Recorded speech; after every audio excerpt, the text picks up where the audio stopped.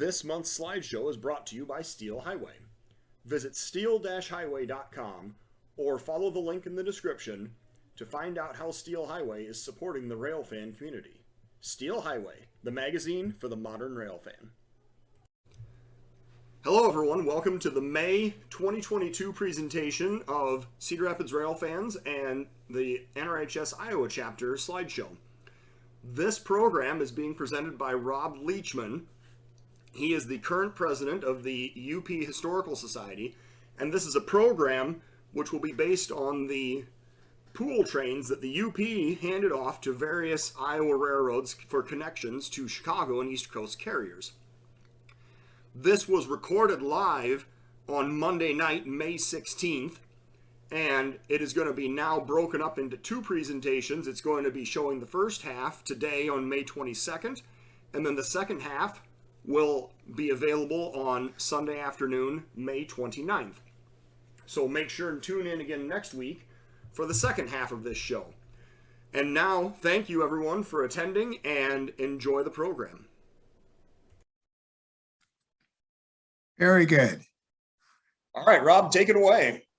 Good evening, everyone. I'd like to share with you the story of UP's run-through trains with the Iowa lines.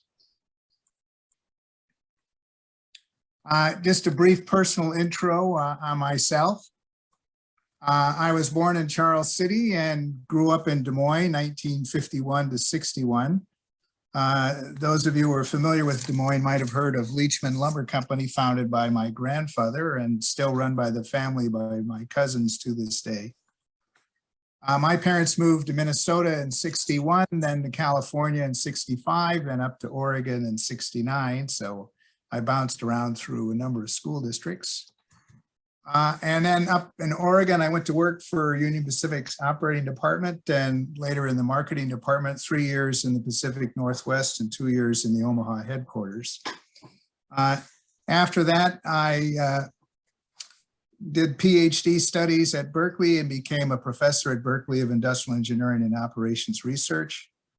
I have a software and consulting LLC, Leachman and Associates, and we do transportation planning and supply chain management projects around the world. You might have heard of the Alameda Corridor, the new 25-mile totally grade separated railroad between downtown Los Angeles and the ports. That was one of our early projects.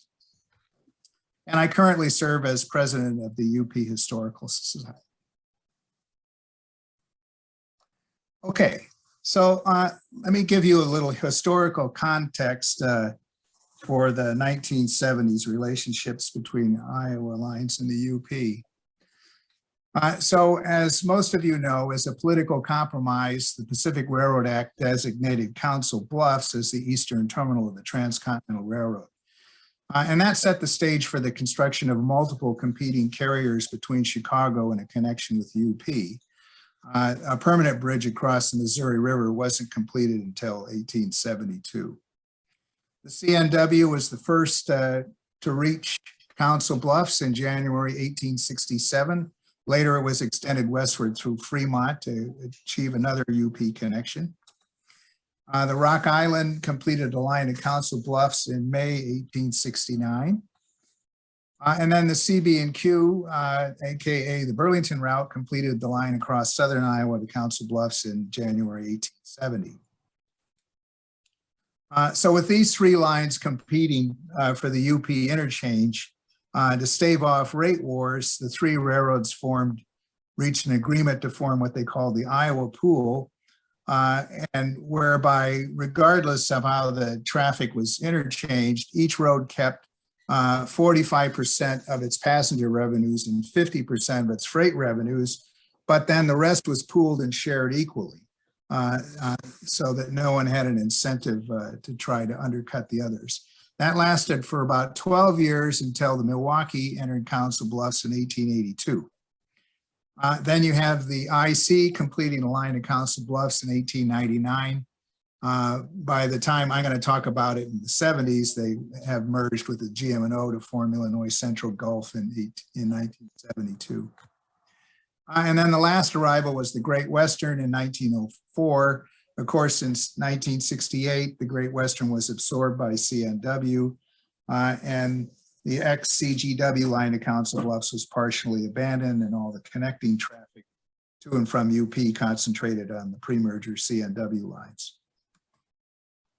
So CNW, Rock Island, CBQ, Milwaukee, IC, and CGW were collectively referred to the Iowa lines, and the transcontinental interchange to and from UP really kept them alive.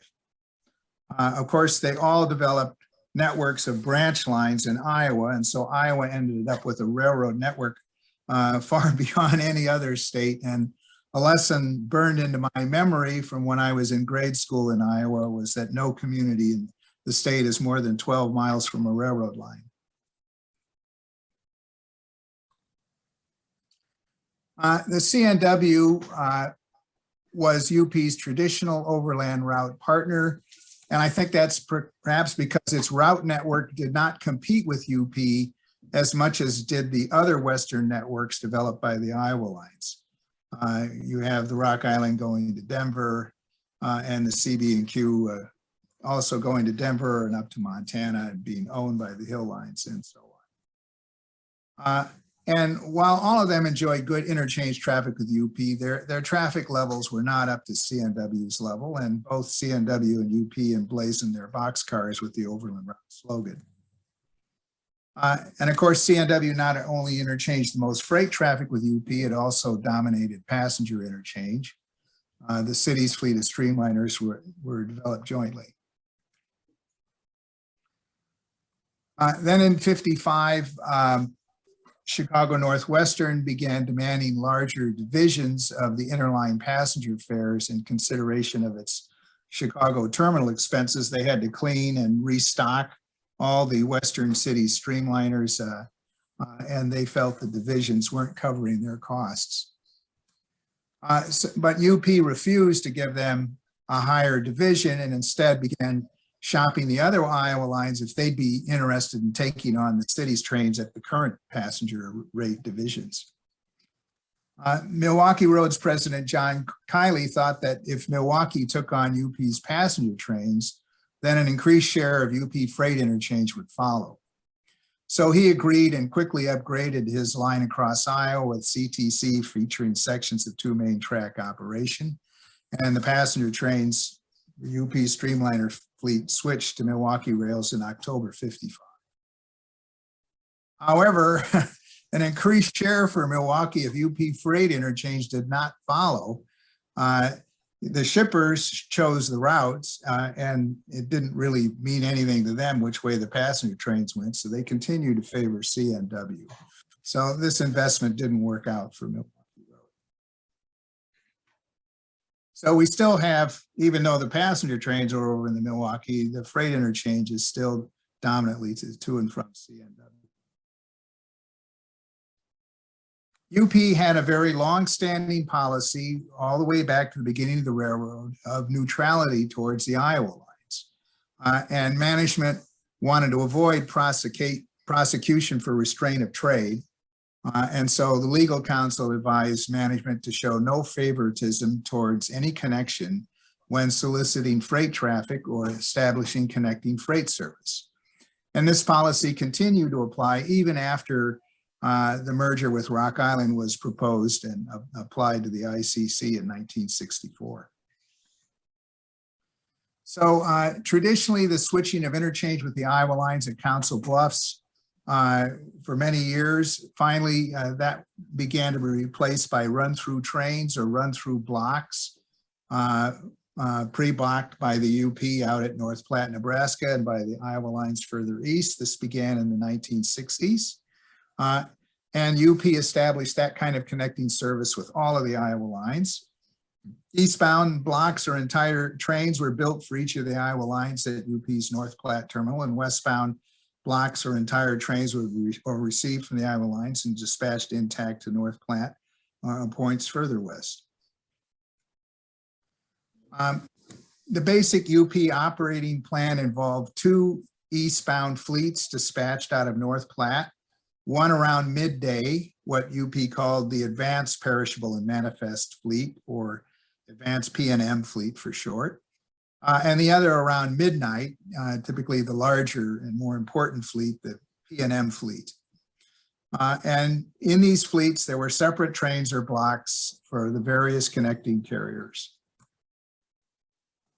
Westbound, all of the Iowa lines made evening deliveries to UP of forwarder trains, so named because they were hauling the merchandise built into carloads by the freight forwarding companies in Chicago. This was kind of the LTL and UPS and FedEx ground of its day. They left Chicago in the morning with the important loads for the West Coast, and this would be trains that would be delivered intact to the UP. The traffic would be classified by UP in the wee hours the next morning and dispatched on UP's forwarder fleet of hot trains to the West Coast, leaving in the early afternoon. Empties and the carloads developing west of Chicago typically were interchanged by the Iowa lines to the UP at Council Bluffs in the morning hours. And then this traffic would depart North Platte on lower priority manifest trains, or perhaps on advanced forwarded trains to the West Coast, leaving North Platte the following evening or in the subsequent wee hours. So the first important development in run-through trains was the Grand Island Agreement. And up until 1960, relations between UP and the Burlington were very strained, where westbound, the Burlington preferred to long haul the UP interchange traffic to Denver and give it to the UP at Denver. And eastbound, UP preferred to long haul the UP interchange traffic to Council Bluffs. So you have all the deadheading of crews and power going on by both railroads. And a compromise was reached to concentrate the interchange at Grand Island, where the CB&Q's Lincoln to Billings line crossed the UP's Overland Route main line. And one train in each direction per day, with both run-through power and run-through cabooses, commenced operation on April 1st, 1960. These may have been the first long-distance run-through trains anywhere in the USA. They certainly were UP's first run-through trains. And with this going, CB&Q started to increase its share of UP interchange during the 1960s. The CB&Q marketed the service aggressively to West Coast customers, and their share began to grow, starting to rival CNW's share. Before the completion of a second hump at North Platte, UP classified some of its westbound transcon traffic in Green River. And so the CB&Q power could be seen as far west as Green River, going over Sherman Hill and out across Wyoming. After the second hump at North Platte was made fully operational in 1969, the CB&Q run-through power began turning back at North Platte. So here we have a scene out at Rollins, Wyoming, and you have the CB&Q UP run-through train of all the hot Chicago forwarder merchandise, leaving Rawlins heading for Green River. This is a photograph from September 1965. A solid set of GP30s from both roads. So in the 60s, UP looked out and saw that all of the Iowa lines were financially weak and not able to maintain normal maintenance. And the board of directors said, we have to have at least one connection to Chicago with a strong plant. So the board asked the Wire-Dick consulting firm, which was famous for doing many merger studies in the eastern US, to study the Iowa lines and recommend which one would be the best merger partner for UP. So the Wire-Dick firm studied the various lines, and they came up with a recommendation that the UP should acquire the Rock Island. But the Rock Island had a lot of other plant besides just east-west. They went all the way down to Texas and off to Tucumcari. And so a deal was struck with Southern Pacific to carve up the rock, whereas where the lines south and going south from Kansas City and west to Tucumcari and over to Memphis would be picked up by the SP. And in '64, the UP formally applied to the ICC for a merger with Rock Island. Now, this was done by the board in New York. The management in Omaha of UP had little or no inkling that this was going on, and they were pretty shocked when it came out, as much as the other Iowa lines were shocked by it. The CNW CEO, Ben Heineman, looked out and he says, I've got this stiff competition from the excellent CBQ UP run-through service, and now I have this UP Rock Island merger plans. And so he's not seeing a very good future for the CNW's Overland Route main line. And with the inroads CB&Q had made and the division of traffic among all the other Iowa lines across Western Iowa, the CNW traffic in 1965 had declined to only 5 through trains per day in each direction. And that's not just UP interchange, that's everything, was only 5 trains per day, including stuff to go out the Cowboy line and up to Sioux City and so forth. Heineman worked hard with his lawyers to thwart the UP Rock Island merger and the proceedings before the ICC, and meanwhile, he cut costs where he could. One of the 2 main tracks over the 56 miles Denizen to Council Bluffs was pulled up, replaced by CTC with 10,000-foot sidings, and deferred maintenance was enforced across the entire CNW system. Of course, that was going on the other Iowa lines as well. But meanwhile, we have more run-through operations. In January '69, the UP and the Rock Island initiated run-through power and cabooses on 2 trains each way per day through the Council Bluffs Gateway. And also in January '69, UP and Illinois Central initiated run-through power and cabooses on 1 train each way. But that didn't work out very well. The IC fell far behind in maintaining their horsepower hour contribution. UP would be running their power way out west to try to balance the hours. And after only 13 months, the run-through power was discontinued. The trains were still blocked and they were still run-through trains, but they exchanged power and cabooses in Council Bluffs. Trying to do something with CNW was awkward because the 2 roads had incompatible cab signal systems. The UP locomotives were not equipped with the CNW automatic train control cab signals. And because the CNW main line lacked wayside signals, the CNW unit was required to lead trains on the CNW tracks. Moreover, a UP unit was preferred as a leader on rails in order to activate the UP ACS cab signals. It wasn't absolutely required, but obviously the crews preferred it, especially if the weather was bad. But nevertheless, run-through power and cabooses with CNW commenced on unit coal trains via Council Bluffs in October 1970. And then starting in early 1973, this was expanded to certain manifest and TOFC trains via both the Fremont and Council Bluffs gateways. Run-through trains with Milwaukee Road had been put in operation in 1962, but without run-through power or cabooses, where the UP would make 3 different blocks for Milwaukee Road destinations at North Platte. And Milwaukee would separate the North Platte and beyond from the UP shorts on their trains interchange to the UP. But then power and cabooses were initiated on a trial basis running through between Milwaukee and UP beginning in January 1972. And even though it was quote unquote trial, it was pretty routine. And I don't know why it wasn't announced as official until August 1973 by Milwaukee Road. I think it had really been going on for much more than a year by then. And this was on 1 train each way per day via the Bluffs.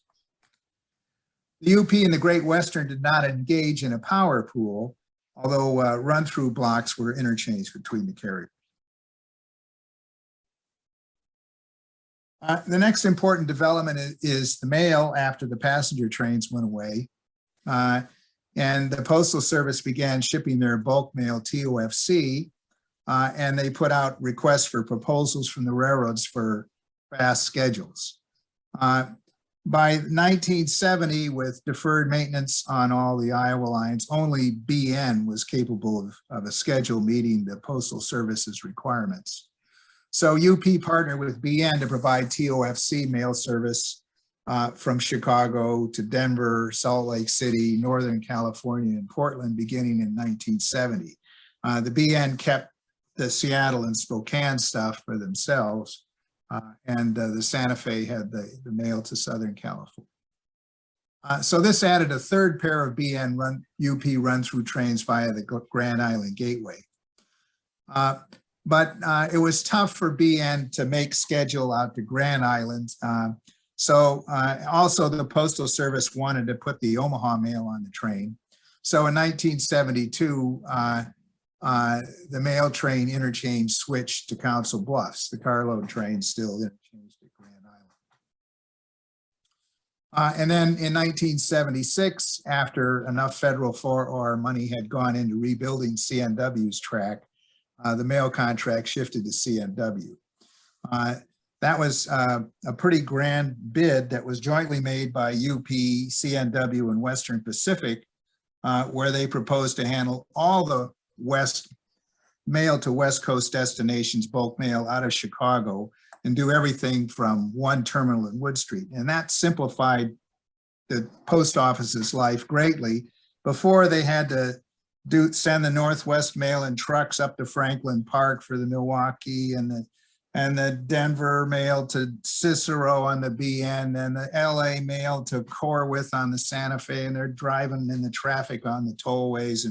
And then the joint bid said, no, you can just take everything from the bulk mail sorting facility next to Union Station over to Wood Street, never get on the freeways, and put, your drivers only go to one place. They don't get confused and go to the wrong place. And the post office accepted that bid. That ended the Santa Fe Super C, and as well as taking all the Seattle and Spokane mail away from Milwaukee Road. Okay, so my exposure to this starts in June 73 when I transferred from the operating department to the new equipment and service planning group in the marketing department of UP in Omaha. And the Iowa Railroad network was mostly still intact, but all of the Iowa lines were in financial trouble and deferred maintenance was obvious. And for service planning of interline traffic, it was helpful to understand the operating challenges and capabilities of the Iowa line. So I had a professional reason to make forays to trackside in Iowa on weekends. And with grandparents in Des Moines, I had a great base. And it was clear a reckoning was surely coming. So while they still existed, I was determined to photograph Iowa's railroads, particularly the trains handling interchange to from the UP. This is on the UP main line in Nebraska, and the contrast between the superb condition of UP's overland route and the Iowa line's main lines was extreme in 1973, but all the traffic had to move across both. So we'll start with a little bit on the BN run-throughs.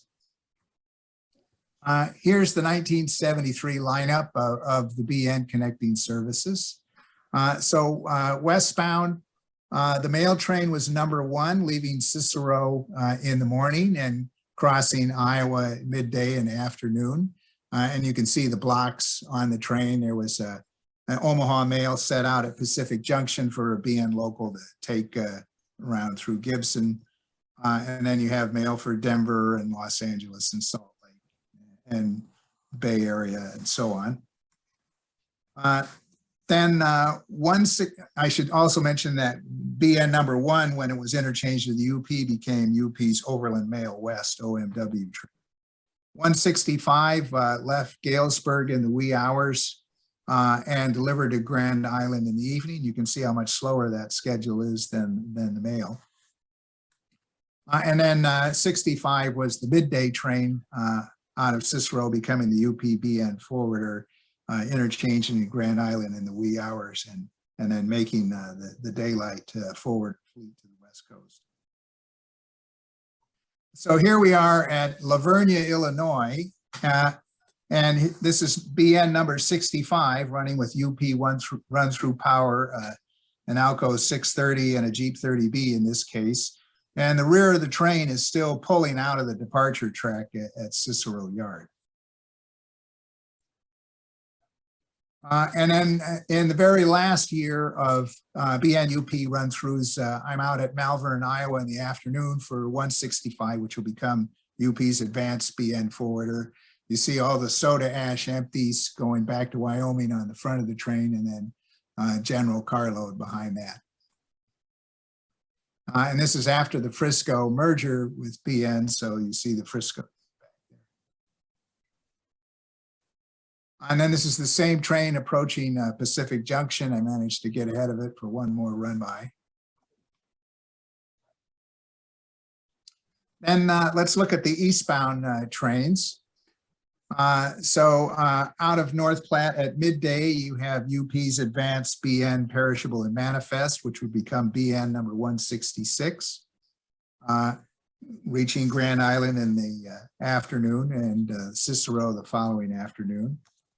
Then late afternoon, you'd have UP's Overland Mail East going to Council Bluffs interchange to become BN number 2, an all TOFC train.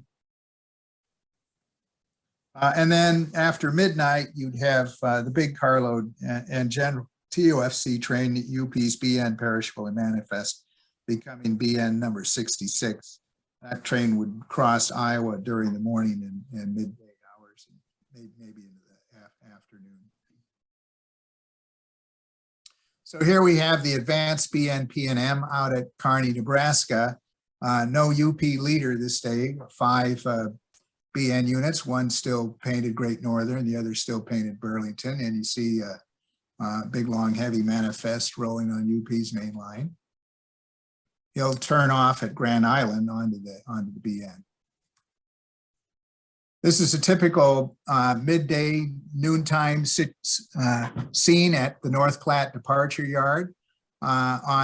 These are the advanced P&M trains. So on the left, you have the advanced CNW P&M. U50C ahead of the CNW units. Then the next track over, you have the combined advanced Rock Island and advanced Milwaukee P&M with the Rock Island run-through power and a U50C ahead of that. And then on the right, you have the advanced BN P&M. He's got the livestock for Montgomery, Illinois on the point, a couple of BN units and a UP 630 on the point. And there's a fleet of them. There's probably one more train on the site. There probably were 4 trains making up the fleet that day.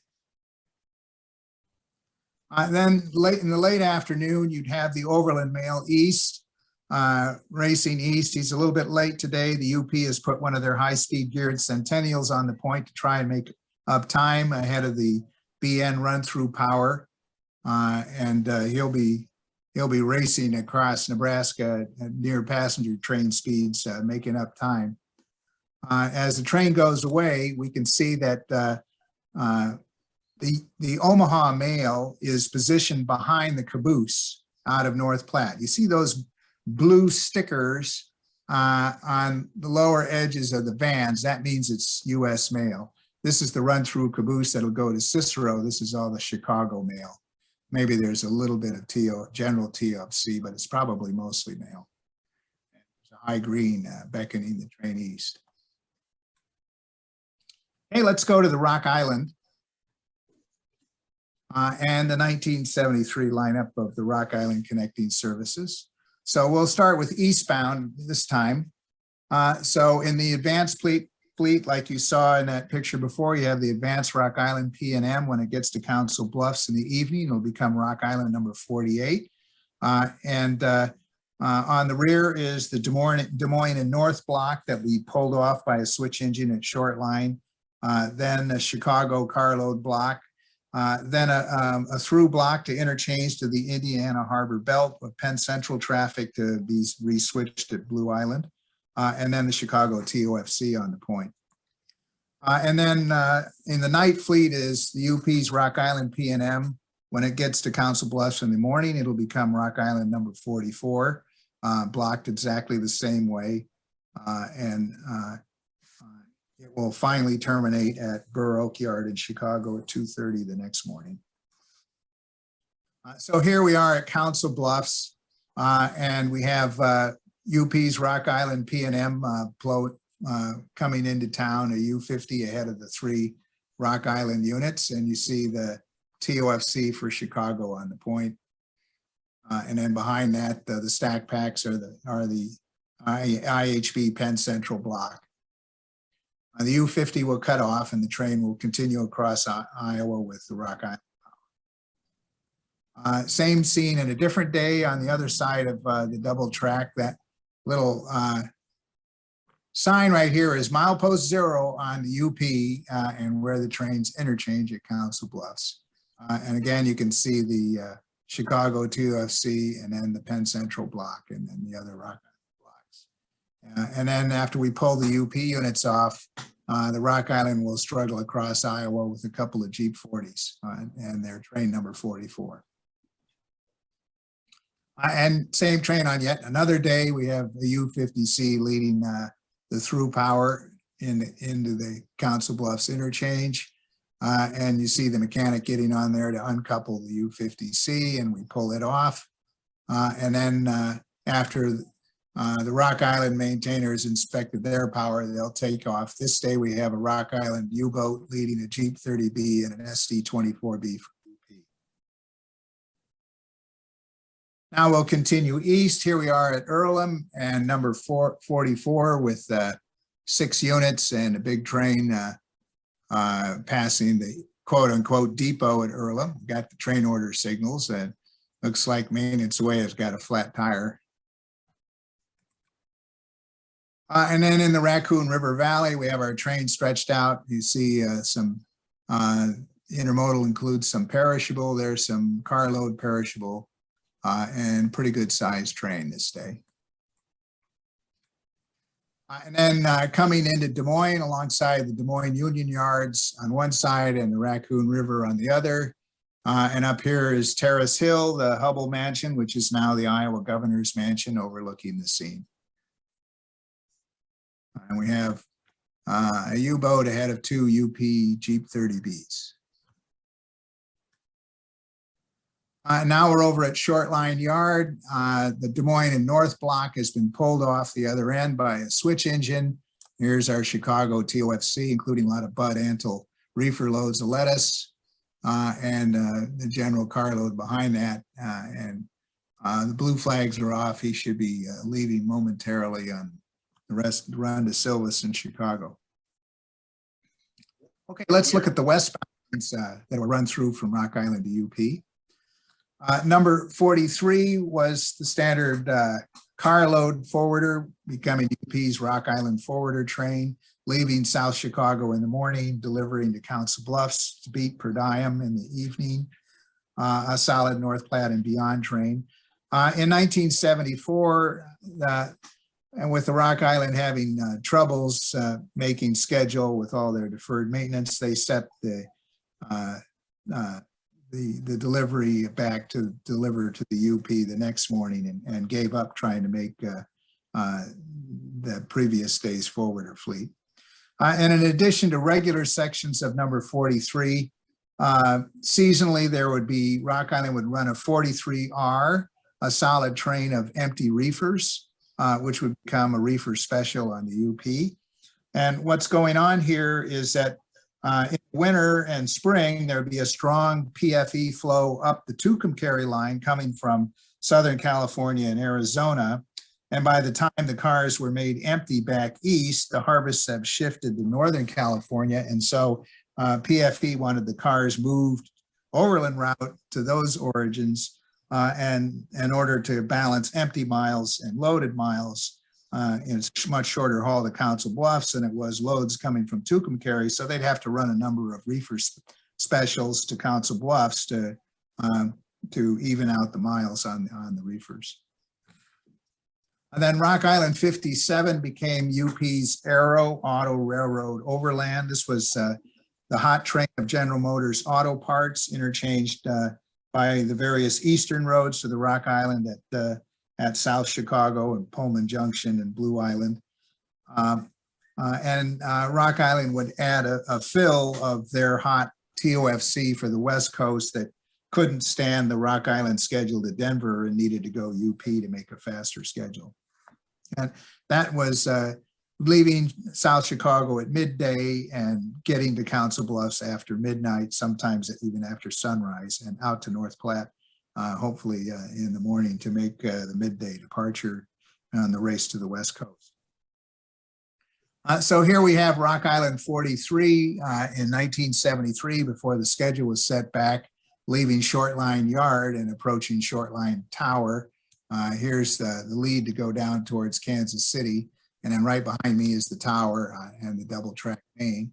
And he's got various loads and empties heading out to North Platte on the UP behind a couple of U-boats. And then the same train is passing the Des Moines Depot and division offices. The dispatchers are upstairs here. You can see how the double track made a jog to leave room for the umbrella sheds for the passengers. And the tracks over here were some of the passenger cars were serviced that went on the Des Moines Rocket or set up trains. The train, long train, hangs across the Des Moines River Bridge and all the way out of sight back to the Iowa terminal interchanges. This is a reefer special. You see a couple of Rock Island U-33Bs and fronted. UP has added a U-50. He came across Iowa with 125 empty PFE reefers, where Rock Island is balancing the miles of loads they got on the Tucumcari route. He's just coming up to the summit in Omaha, the 1.25 grade. And interestingly enough, this was the steepest grade between Chicago and Ogden. Now we're out in the Platte Valley near Mercer, and our Whirlybird and U-33Bs are chugging along with the huge train of empty reefers. This was an unusual day in December 1973. We're at the West Des Moines, Iowa Depot, which is the end of double track through Des Moines on the Rock Island. The Emmons St. L takes off here. Once upon a time, there was an interlocker in the depot controlling these signals. You can see the old links and controlled the junction switch here and the switch at the end of double track. But by this time, everything was derelict. There was no one on duty on the weekends. This is number 57, which should be through during the night, but there had been a very bad ice storm in Illinois and eastern Iowa, and all the signal systems were out. So this train is fallen back to make a daylight run across Iowa. And you can see the reefer of cheese and the priority TOFC to the West Coast, and then all the General Motors auto parts behind there, and four U-boats for power. And since the interlocker is derelict, the crew of our hot shot is humbled into getting out and getting a manual switch at the end of double track. So the head brakeman comes out, gets the switch, and comes back, and our train starts going. And this is my rare chance to chase the hot shot that normally runs at night across western Iowa. So here we are at DeSoto, and our long train strung out. You can see the stack packs of Vegas back in the trees there, and all the train of auto parts, and then the hot TOFC to the West Coast off the rock. And now we're out at Adair on the 1950s line change, and you see our geese have been surprised by this ice storm, and they're heading south. And you can see we have kind of a lot of ice buildup in here, and the GEs are chugging up the 1% grade, trying not to slip with this big hot train. That's the train order signal for the Adair Depot and the iron and the radio antenna. And we're slowly chugging up the grade. And then going away, you see how the track kinks under the old Highway 6 underpass, and then Interstate 80 beyond that in the green block. This is the watershed divide between the Mississippi and Missouri drainages and the high point on the Rock Island across Iowa.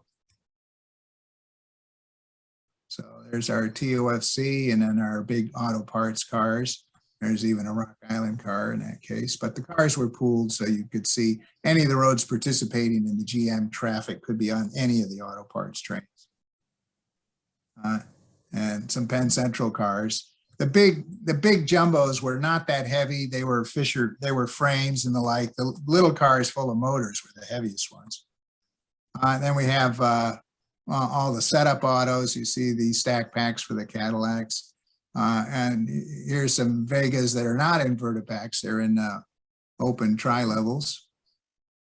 And there we probably have another stack pack of Cimarrons, and then one car motors that just barely made connection in the Caboose.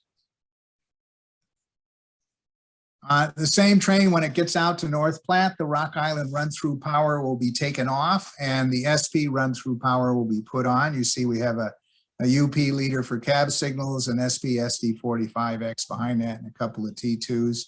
These are Fisher body loads that came from the downstate Ohio Fisher body plants. This is the part that came through on the Rock Island.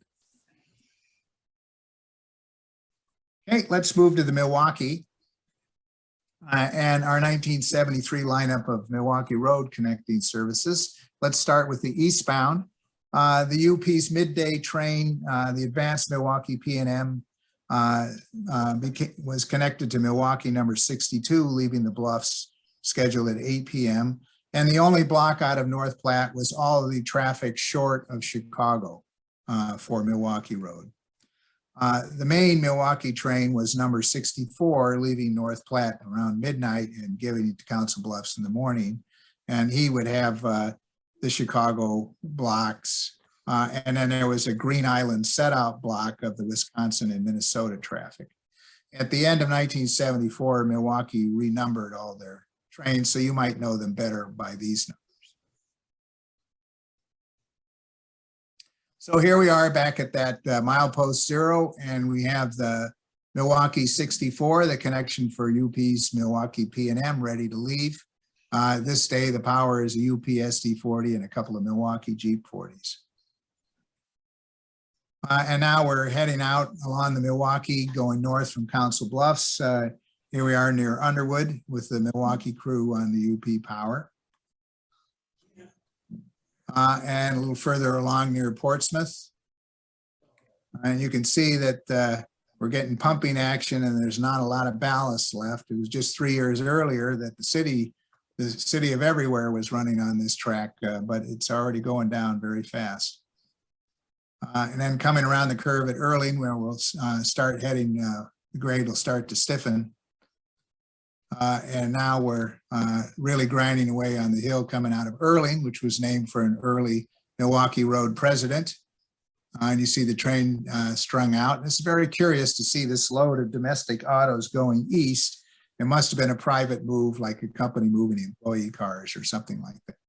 More typical, we have perishable and lumber and the like. These flat cars on the front are empty cars going back to the A.O. Smith Auto Frames factory in Milwaukee. So it's part of the Wisconsin, Minnesota set out block that'll be set out at Green Island, sorry. Okay, so let's look at the westbound trains. The primary hot train was number 61, leaving Bensonville early in the morning, coming through Marion early afternoon and reaching Council Bluffs in the evening, renumbered 221 at the end of 1974, a solid train of North Platte and beyond loads. The empties and lower priority traffic and traffic developing west of Chicago for the UP was handled in a number 63, which left Bensonville a couple hours behind the hot train, but made a lot of pickups and setouts. And finally, the transfer run, it's not run through power, connecting to the UP would be delivered to the UP around noon. The way the train was blocked, on the rear would be Milwaukee's Council Bluffs proper traffic. The middle would be your UP, North Platte and beyond. And then on the front, they would have maybe grain picked up at Manila that was going to Missouri Pacific interchange. So here we have number 61 near Dawson, coming out of Perry on the two main tracks CTC with 4 Jeep 40s. There's our A.O. Smith frames from Milwaukee coming west, and a big long train, all solid train of loads, everything the Milwaukee had for UP, North Platte and beyond. Looks like the corn harvest is underway here in the background. A nice, pleasant September evening in Iowa. And then the same train, after it gets to Council Bluffs, a UP leader will be added to accelerate the run on the UP track out to North Platte. Here we have a bigger day of loads of A.O. Smith frames that will be cut into the arrow at North Platte. The CNW is right over here, and it comes into the UP right by these crossovers here. This is at Fremont, Nebraska. Here we have number 63 in the morning, coming through the beautiful western Iowa hills near Defiance. And this day, we've picked up a 25-car grain block at Manila. Then we have the UP interchange block. And if we zoom back to a normal lens, then at the rear of the train, you see all the Council Bluffs autos. Milwaukee handled the GM autos to Council Bluffs for the Omaha area. So there's your Milwaukee proper, Council Bluffs proper block. Looks like we have a couple of Jeep 40s bracketing an SC45 on this day.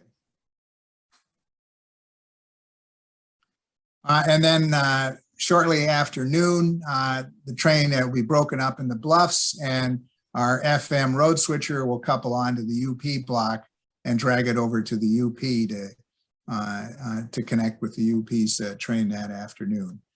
This is an automatic interlocker and the start of double track at the point called J, and the Council Bluffs in the background. Rock Island is over here. And the train it connected to was UP's advanced Council Bluffs forwarder, leaving about 2 or 2:30 in the afternoon. Meanwhile, a coal train going to the CNW is over here. This double track leads to the CNW. And there's a U50 down here on a transfer run to go over to Omaha. This particular day, the ACBF has a Centennial and a BN unit. And these empty reefers and empty lumber cars might have come off Milwaukee 63, or they might have caught them off CNW number 251. Those lower priority trains interchanging to the UP in the morning. And here we have the ACBF crossing the Missouri River into Omaha. You note the switch here is line to move him over to right-hand running, so he's tooting his horn to tell me to get out of the way. This is the ACBF on a different way, climbing the 1.25 grade through Omaha. This is where the UP tracks to South Omaha took off, where the MOP and the Rock Island had trackage rights. This is the Overland Route main line going out the lane cutoff. And you have all the empty reefers and lumber cars that were interchanged by the various Iowa lines. There's a coal train going to the CNW going the other way. This power is waiting to cross over to go down to the Omaha shops. And a little further west, out where out by Boys Town, you see the engineer looking back, inspecting his train out of the U50. And then the reefers racing west on a clear block. Thank you, everyone, for tuning in to the first half of Rob Leachman's program. And to support the Iowa chapter, make sure and visit iowanrhs.com and check out our website. You can join the chapter. You can order any of the great materials that we have available. And please make sure and support the Iowa chapter. Thank you, and we'll see you again next time.